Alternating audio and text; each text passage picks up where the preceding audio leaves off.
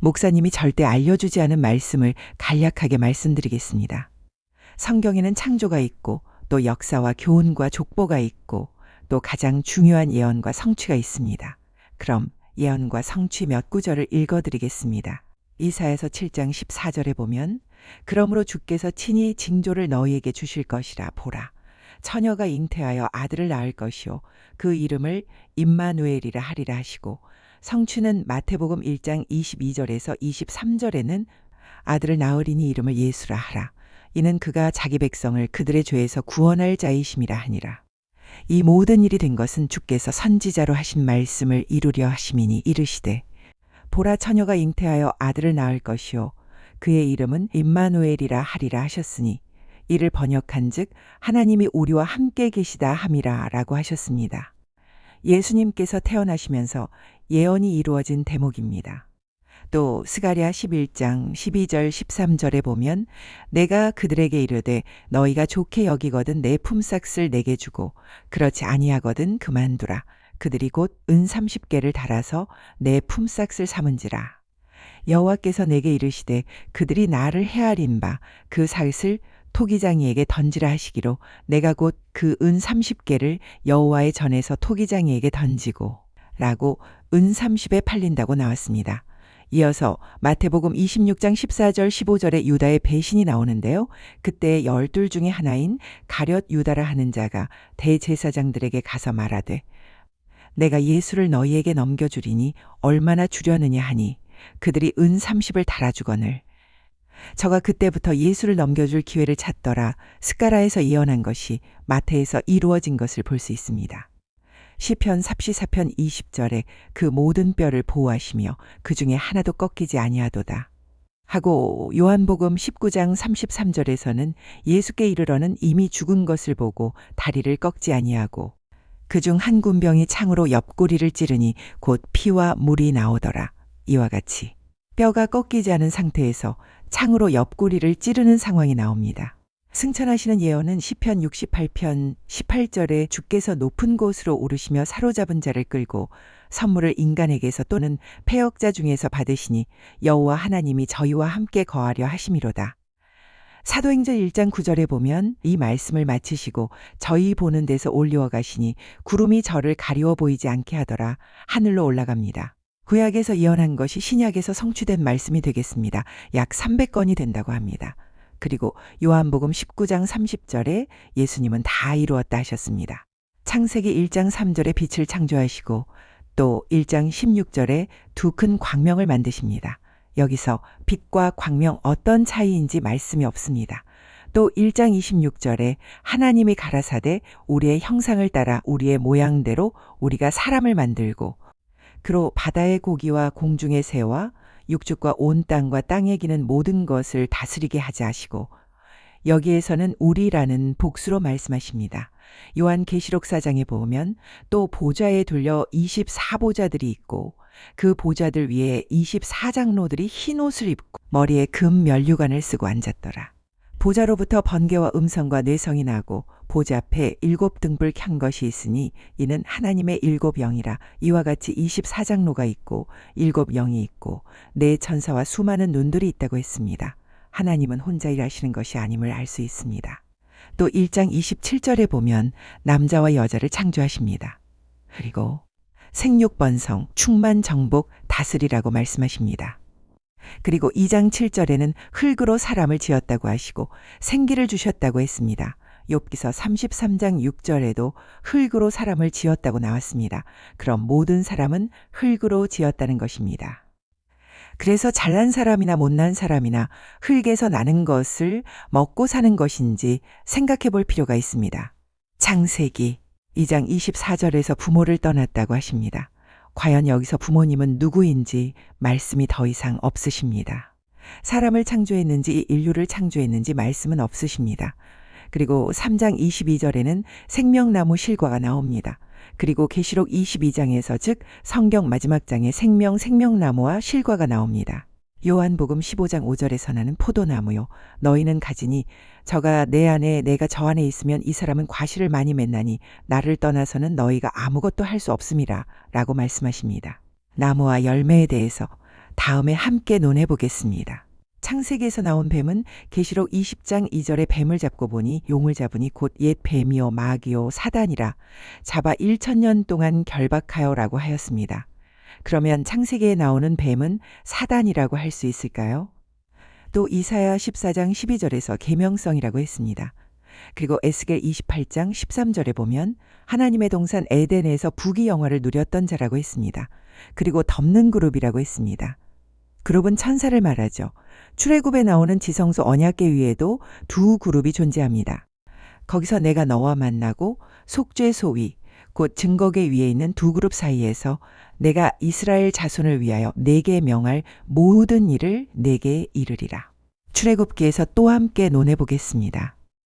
에스겔 28절 보면 에덴 동산은 곧 천국 하나님이 동산이라고 하셨기에 세상에서는 천국이라고 할 수 있습니다. 내가 옛적에 하나님의 동산 에덴에 있어서 각종 보석 곧 홍보석과 황복과 홍만호와 창옥과 청보석과 남보석과 홍옥과 황금으로 단장하였었으며 네가 지음을 받던 날에 너를 위하여 소고와 비파가 예비되었었도다. 너는 기름 부음을 받은 덮는 그룹이며 내가 너를 세우매 내가 하나님의 성산에 있어서 화광석 사이에 왕래하였었도다. 사단은 하나님의 사랑을 받은 천사임을 에스겔 28장에서 말씀해 주십니다. 창세기 5장의 아담은 930세에 죽고 무드셀라는 969세에 죽었습니다. 그리고 노아는 500세에 셈과 함과 아벳을 낳았습니다. 여기에서 하나님과 함께라면 900살 이상도 살 수 있다는 것을 알 수가 있는 대목입니다. 창세기 4장 22절에는 두발가인이 기계를 만든 자요. 그것도 통철로 날카로운 기계를 만든다고 했습니다. 그리고 아벨을 죽인 가인에게 표를 주고 만나는 누구에게든지 죽임을 면하게 해주신다고 창세기 4장 15절에 말씀하셨습니다. 그렇다면 아담 하와 말고도 많은 사람이 있었다는 이야기인가요? 생각을 해봐야 하는 구간입니다. 이것도 성경에 답은 나와 있습니다. 그리고 노아는 아담의 10대 후손으로 600세의 방주를 완성하게 되고 여호와께서는 창세기 6장 3절에서 성령이 없는 육체와 함께 하실 수 없게 되므로 떠나가신다고 말씀하십니다. 그리고 영원하던 생명을 120세로 정하셨습니다. 그리고 성경의 아담 세계를 노아를 통해 물로 심판하시게 됩니다. 이유는 이 땅에 죄가 만연하고 만연했기 때문이라고 말씀하십니다. 노아의 홍수는 노아의 나이 600세에 이루어지는데 가진 핍박과 놀림 속에서 100년 정도를 거쳐 만든 노아의 방주는 아무도 타지 않습니다. 노아를 미쳤다고 놀려대고 비웃고 방주에 타지 않았죠. 결국 창세기의 노아의 홍수는 노아 부부 그리고 아들 셋과 자부들 그래서 8명만이 타고 구원을 받는다는 것은 유명하지요. 그리고 하나님은 창세기 9장에서 다시는 홍수 심판을 하지 않는다고 무지개로 증표를 삼게 되었습니다. 현재 아라라산은 터키 즉 튀르키예에 존재합니다. 창세기 9장 22절 이하에 보면 노아의 둘째 아들 함이 아버지를 욕보이게 함으로써 저주를 내리게 되어 노아의 세상도 끝이 나게 됩니다. 창세기 9장 25절 이하에 가로되 가나안은 저주를 받아 그 형제의 종들의 종이 되기를 원하로라 하였더라. 함은 가나안의 아버지가 되지만 후에 가나안은 셈의 후손에게 멸망을 당하게 되지요. 홍수 후에 노아가 350년을 지내었고 향년이 950세에 죽었더라. 그래서 하나님은 결국 당대의 최고의 의인 아브라함을 부르시게 됩니다. 아브라함을 아브라함으로 계명을 해주시니 앞으로 아브라함이라 하겠습니다. 아브라함은 열국의 아버지라는 뜻입니다. 하나님은 아브라함을 이라크 남부 갈대아우르에서 아브라함을 불러냅니다. 그 조카 롯과 아내 사라와 함께 하란을 떠나 애굽으로 가게 됩니다. 애굽에서 사라의 이야기가 있습니다. 아브라함이 목숨을 부지하기 위하여 사라를 누이라고 속이고 바로 왕에게 들여보내는데요. 하나님께서 바로에게 나타나셔서 재앙을 주시니 바로가 모두 재물을 주어서 다시 돌려보내는 사건입니다. 창세기 12장 내가 어찌 그를 누이리라 하여 나로 그를 취하여 아내를 삼게 하였느냐. 내 아내가 여기 있으니 이제 데려가라 하고 20절에서 바로가 사람들에게 그의 일을 명하매 그들이 그 아내와 그 모든 소유를 보내었더라. 아브라함은 사라 사건으로 재물을 얻어서 다시 나오게 됩니다. 하나님은 아브라함을 열국의 아버지로 만든다는 약속을 하십니다. 4대라는 시간이 걸린다. 정확히 430년이죠. 아브라함과 조카 롯이 헤어져서 가게 되어 아브라함 조카 롯은 소돔과 고모라에서 하늘의 불심판을 맞이하게 됩니다. 그러나 롯과 롯의 처와 두 딸을 천사의 도움으로 피하지만 롯의 부인은 뒤돌아보는 바람에 소금 기둥이 되고요. 두 딸과 함께 살아나게 됩니다.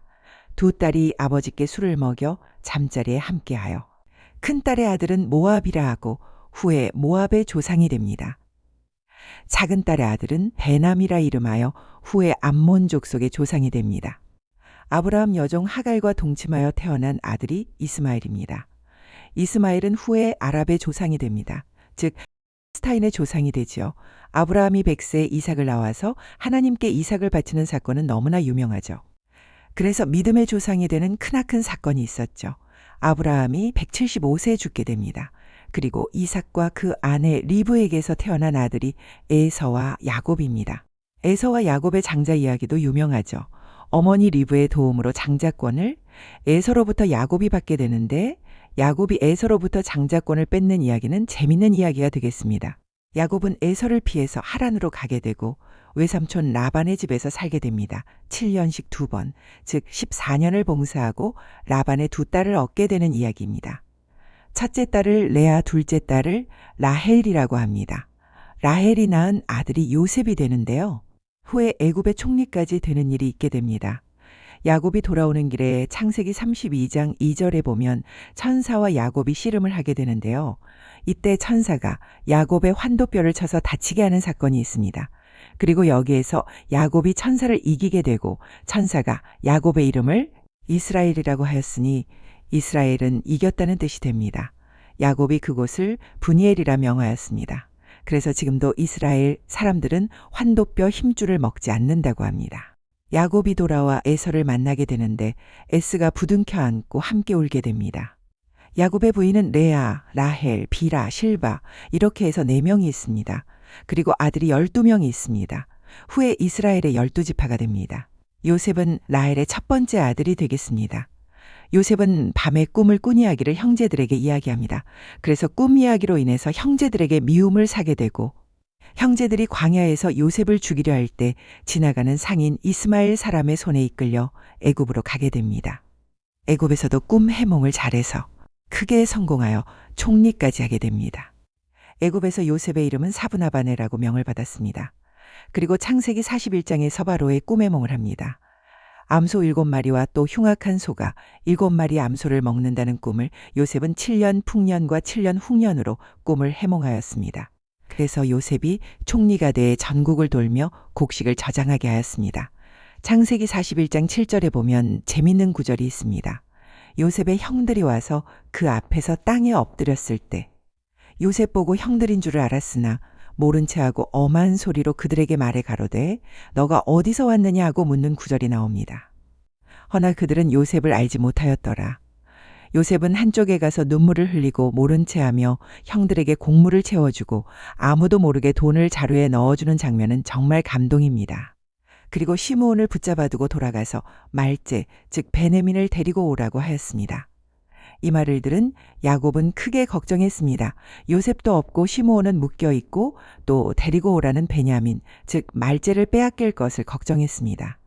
그러나 결국에는 야곱 가족 70명이 요셉 덕분에 애굽으로 가서 살게 되므로 창세기는 마무리가 됩니다. 그럼 창세기 45장 2절에서 11절까지 읽으면서 창세기를 마무리하겠습니다. 요셉이 방성대곡하니 애굽 사람에게 들리며 바로의 궁중에 들리더라. 요셉이 그 형들에게 이르되 나는 요셉이라 내 아버지께서 아직 살아계시니이까. 형들이 그 앞에서 놀라서 능히 대답하지 못하는지라. 요셉이 형들에게 이르되 내게로 가까이 오소서. 그들이 가까이 가니 가로되 나는 당신들의 아우 요셉이니 당신들이 애굽의 판자라. 당신들이 나를 이곳에 팔았으므로 근심하지 마소서. 한탄하지 마소서. 하나님의 생명을 구원하시려고 나를 당신들 앞서 보내셨나이다. 이 땅에 2년 동안 흉년이 들었으나 아직 5년은 기경도 못하고 추수도 못할지라. 하나님이 큰 구원으로 당신들의 생명을 보존하고 당신들의 후손을 세상에 두시려고 나를 당신들 앞서 보내셨나니. 그런즉 나를 이리로 보낸 자는 당신들이 아니요 하나님이시라. 하나님이 나로 바로의 아비를 삼으시며 그 온 집의 주를 삼으시며 애굽 온 땅의 치리자를 삼으셨나이다. 당신들은 속히 아버지께로 올라가서 고하기를 아버지의 아들 요셉의 말에 하나님이 나를 애굽 전국에 주로 세우셨으니 내게로 지체 말고 내려오사 아버지의 아들들과 아버지의 손자들과 아버지의 양과 소와 모든 소유가 고센 땅에 있어서 나와 가깝게 하소서. 흉년이 아직 5해가 있으니 내가 거기서 아버지를 봉양하리이다. 아버지와 아버지의 가속과 아버지의 모든 소속이 결핍할까 하나이다 하더라 하소서. 함께 해주셔서 감사합니다.